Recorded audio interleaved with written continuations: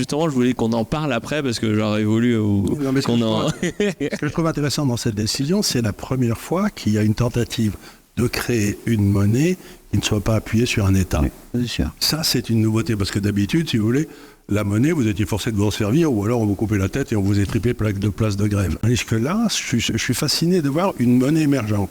Et j'en avais discuté avec Milton Friedman, qui m'avait dit, dans le fond, ce qu'il faut, les banquiers centraux sont nuls, ça tout le monde le sait, et il faut simplement ouvrir un ordinateur, le programmer pour que la masse monétaire augmente de 3% par an, jeter la clé dans le Pacifique, et ensuite, démerden zizich, c'est le marché qui fixe les taux d'intérêt, etc.